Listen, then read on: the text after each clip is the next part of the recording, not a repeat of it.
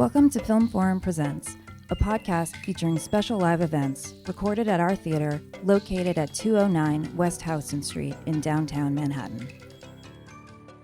In this episode, Film Forum presents Academy Award-winning filmmaker Alex Gibney, who appeared for a Q&A on opening night of his latest film, Citizen K, on January 15, 2020. In Citizen K, Gibney trains his incisive camera on the exiled oligarch Mikhail Khodorkovsky, using his incredible story as an entry point for this gripping, meticulously researched portrait of Putin's Russia. The Q&A was moderated by Film Forum Premieres programmer Mike Maggiore. Citizen K is now playing. Hi everyone, welcome to Film Forum. Thanks for coming tonight. My name is Mike Maggiore. I co-program the premieres with Film Forum director Karen Cooper, and I want to welcome you to this special screening of Citizen K, a new documentary about the Russian uber oligarch turned dissident Mikhail Khodorkovsky by the prolific Oscar-winning filmmaker Alex Gibney. Yes, please. We've had Alex here twice before with The Trials of Henry Kissinger, which he produced and co-wrote with the late Christopher Hitchens, and Mea Maxima Culpa, Silence in the House of God. Alex has garnered literally dozens of awards, including the Oscar for Taxi to the Dark Side. And just a few days ago, he was nominated for 2 Writers Guild Awards this year for both Citizen K and The Inventor, Out for Blood in Silicon Valley, about Theranos founder Elizabeth Holmes. Citizen K embodies what Alex does so deftly, deeply research and cogently synthesize complex issues and characters into a comprehensible and riveting documentary feature. Given the cast of characters in this film, one critic today called it, quote, Goodfellas with a gulag, unquote. Alex is going to join us after the film for a Q&A. Enjoy the film. Please welcome the director of Citizen K, Alex Gibney.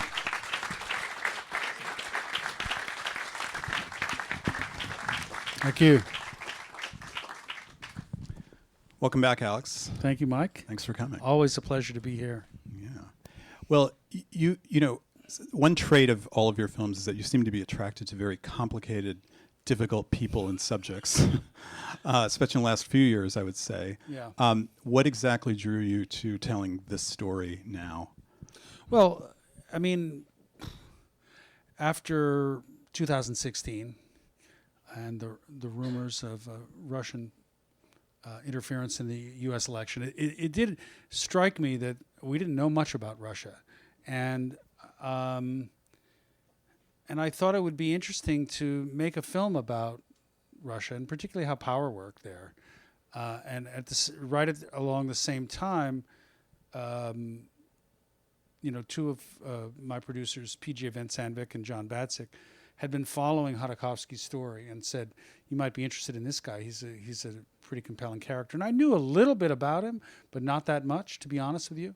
And I'm not a Russia expert, but I met with him in London, and I found him terribly compelling, and I started to read a lot about him, and I thought, well, this would be a really interesting story. I mean, it's the ultimate, you know, from nowhere, rise, fall, rise story, and the way his life intersects with that of Vladimir Putin, I just thought, well, this would be a really interesting story to tell. Yeah. And, I mean, it's obviously a very complicated history of post-Soviet Russia. I mean, it's one of the things I found so impressive about the film is how you're able to structure it in such a way that it is would you say that it was fairly comprehensible in terms of telling this history of the past 30 years or so?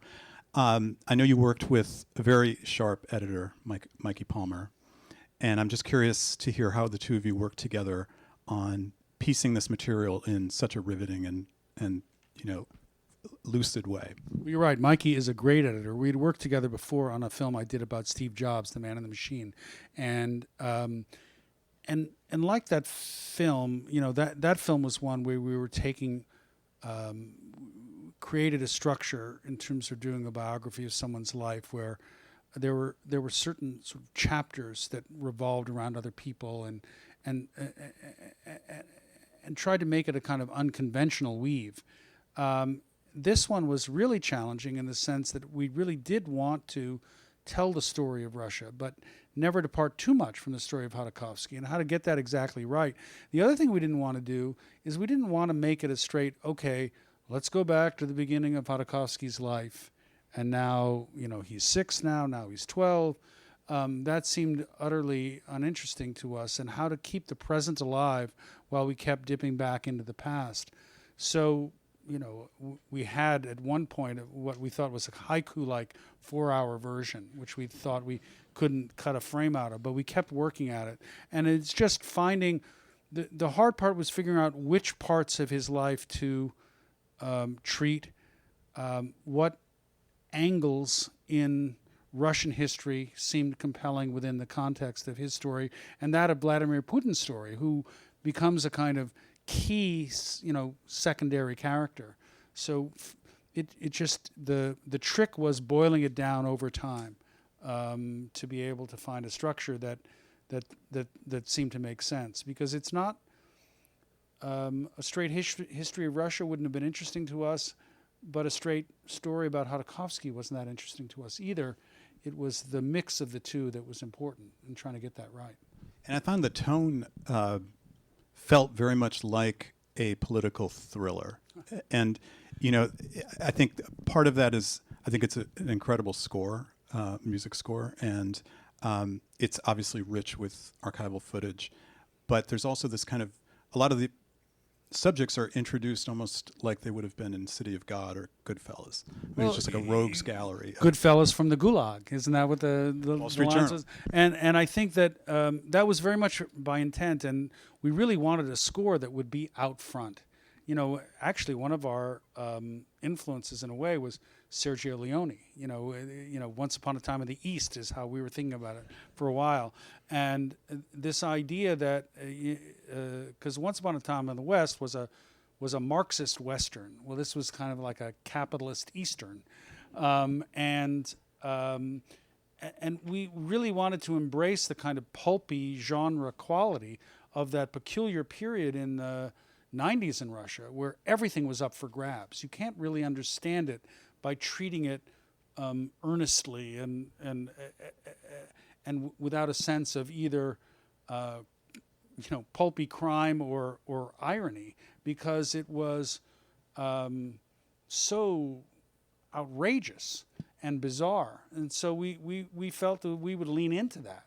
And so stylistically, that was very much a conscious choice. And Mikey really was great in terms of continuing to invest that, both with the and the score, because if you think about like Leone films, there are whole sequences that are just designed around the score, like that scene at the end of The Good, the Bad, and the Ugly, where it goes on forever. It's just music and the three men facing each other off.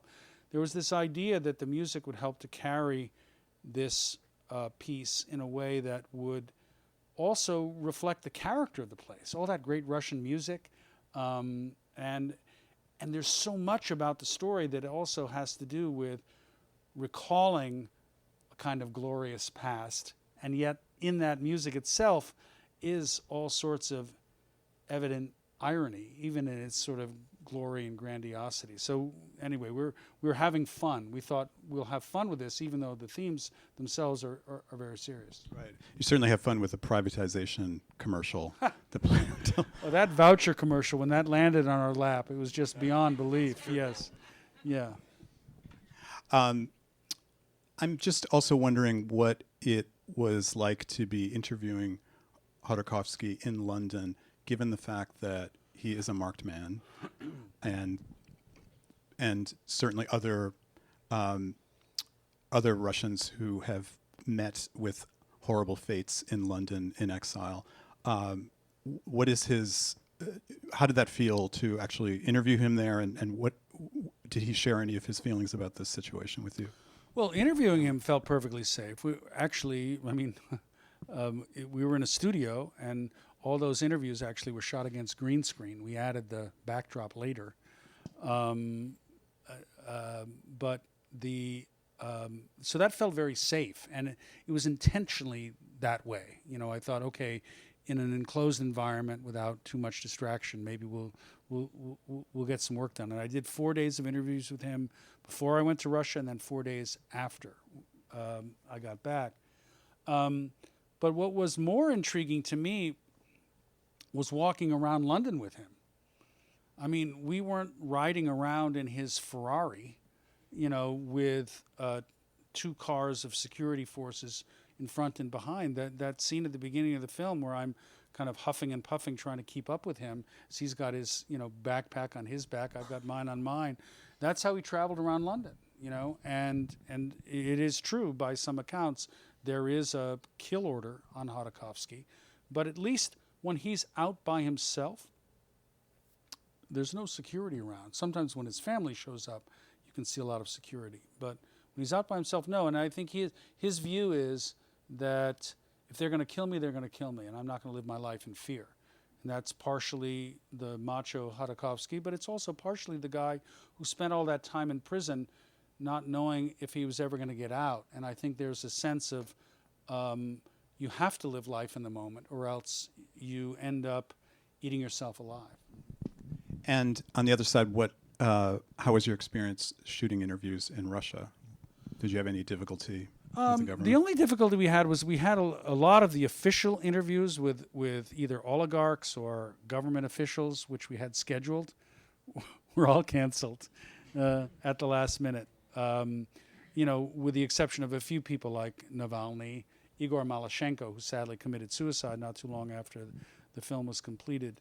But that's the interesting thing about Russia. It's not North Korea. We wandered around freely, and I should say, when we were shooting the oil operations in Neftyugansk,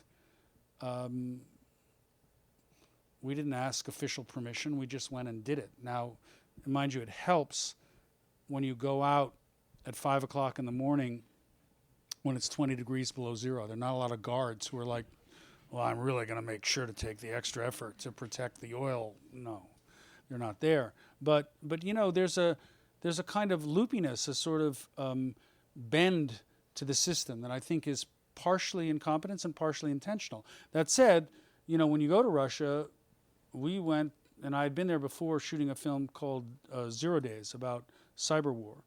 I went with a burner phone and a burner computer, and both were suffused with malware by the time we got back and had to be completely wiped. And some of that is government, some of that is just cybercrime. So it's a really mixed bag. But walking around the streets of Moscow feels like another interesting cosmopolitan city, and the Russian people were fantastic. And honestly, with the exception of my associate producer, Ophelia Harutunian, who is Armenian and speaks Russian, it was an all-Russian crew, and that was great. Before we turn it over to the audience, I want to ask you one more general question about your filmmaking, which is that you're in the business of making feature-length documentaries. You also did a wonderful fictionalized series for Hulu based on Lawrence Wright's The Looming Tower, which I think is an outstanding piece of work, and there's some applause right here, yes. Lawrence Wright is here in the audience, I believe.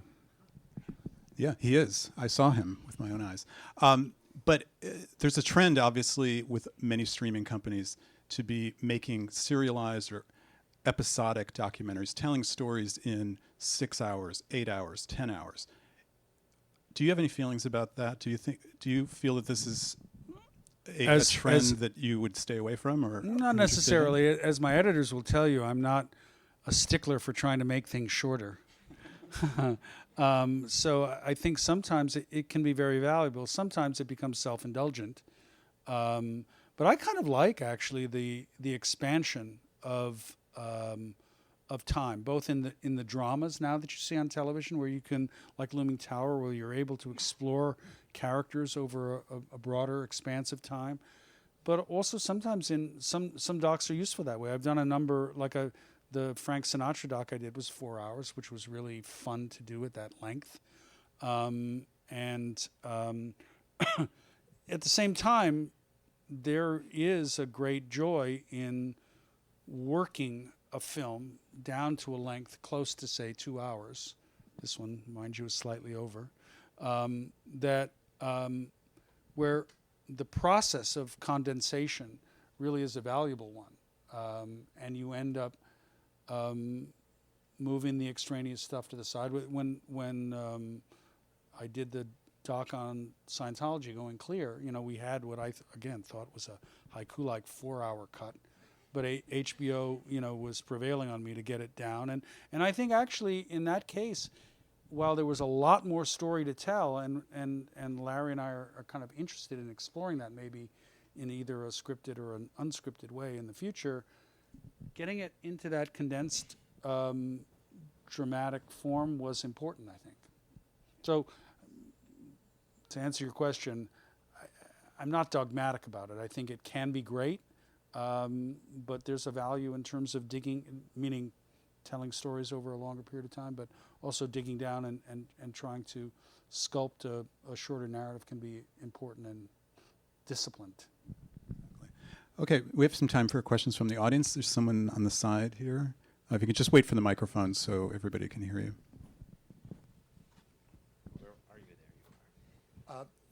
Thanks so much for doing this film. You touched on Misninsky and the Misninsky Act. Do you have any plans to do anything about Bill Browder? Do I have any opinion about Bill Browder? No, any plans to do a film? Oh, do a film about Bill Browder. I've met Bill Browder a couple of times, and I know he wants to do a film about Red Notice, and I think he will. At least so far, the only issue I've had with Bill Browder is he seems to want a considerable amount more control over his story than Khodorkovsky did. And thus, it's easier for me to make a film about Khodorkovsky who doesn't impose any conditions on it. Now, but, I met Browder, and he's a smart guy, and the Magnitsky Act, I think, is terribly important. I will say, as a matter of history, it's important to note that when Putin first put Khodorkovsky in prison, Bill Browder wrote an op-ed cheering that moment. Really? Yes. Wow. Thank you again. Yeah, I think there's a question right next to him. Yep.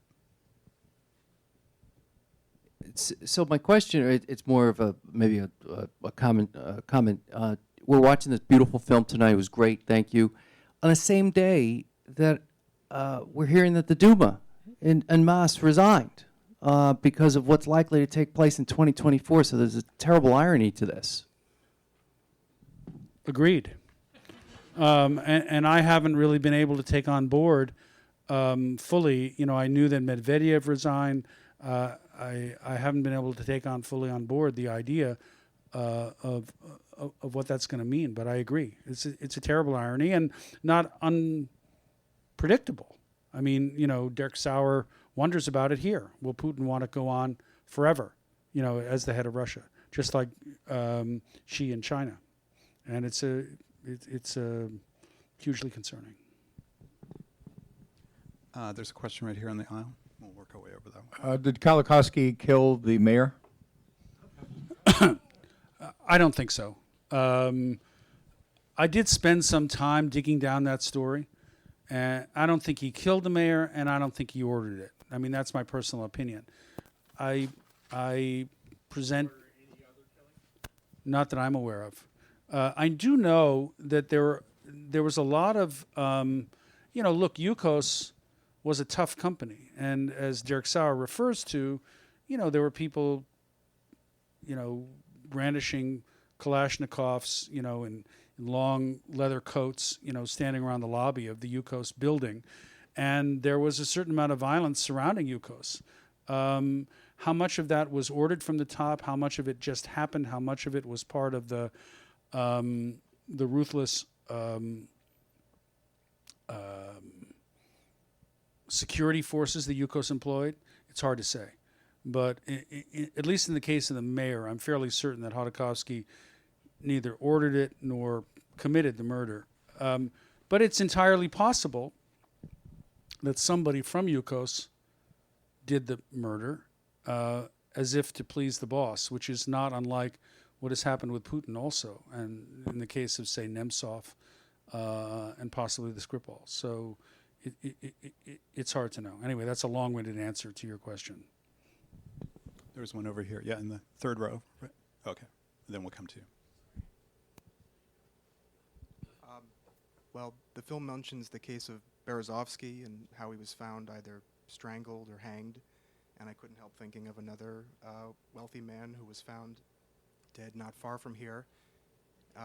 If you were thinking of or pursuing any kind of a Jeffrey Epstein project. The Jeffrey Epstein project is one that's been suggested to me. There are a number of other people who are pursuing it. It's a really interesting story. I'm also interested in the story of Guylaine. So maybe. Okay, yeah. Thanks so much for your story or your storytelling. I'm just interested in the time period from basically, you know, when you sort of first were approached by your producers through to the point that, you know, okay, we've got this down. You know, what sort of time scale? You mean the production time period? So I first, there were a lot of discussions in 2017.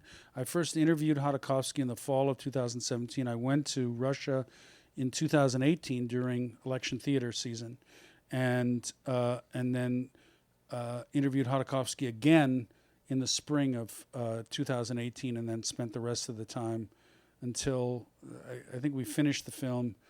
We were ready just in time for the Venice Film Festival in 2019. So I think we have time for just one more question in back here. I just have sort of a granular question, which is, where did you shoot the scenes that like seem to take place in Russian prisons? Because I can't imagine it would be easy to find an actual Russian prison to shoot in.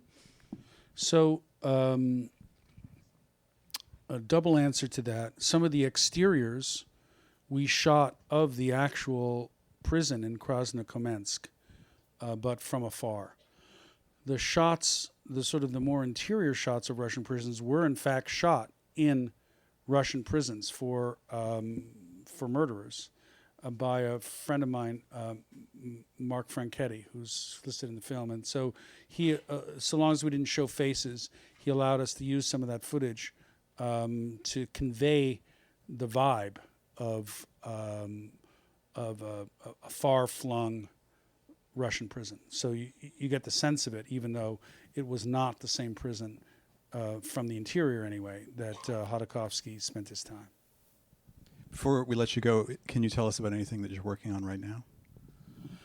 Yeah, I just finished a rather odd project. It's called Crazy Not Insane, which is all about a psychiatrist who's examined more murders and serial killers than just about anybody in the world.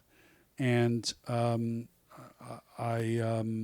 it's all about, and she's also done a lot of work with people with multiple personality disorder, and we have videotapes. And so it's a lot about why we kill, and then it also, and that broadens out into a larger question about why we kill as a society, as in the death penalty. But it's a kind of a quirky look at this very interesting psychiatrist who tries to understand the psychology of why we kill. When do you think that'll be? It's going to be premiering at the South by Southwest Film Festival in March. We'll look for it. Thanks so much for coming. Thank Alex. you, everybody, for coming.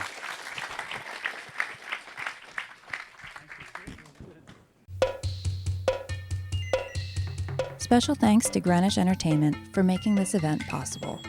If you like what you just heard, please be sure to subscribe to get future episodes and rate and review so that more movie lovers can find us. Film Forum is an independent nonprofit cinema, and our doors have been kept open for nearly 50 years thanks to the invaluable support of our members and donors. Please visit www.filmforum.org for details on membership, as well as information and showtimes for our current programming. See you at the movies.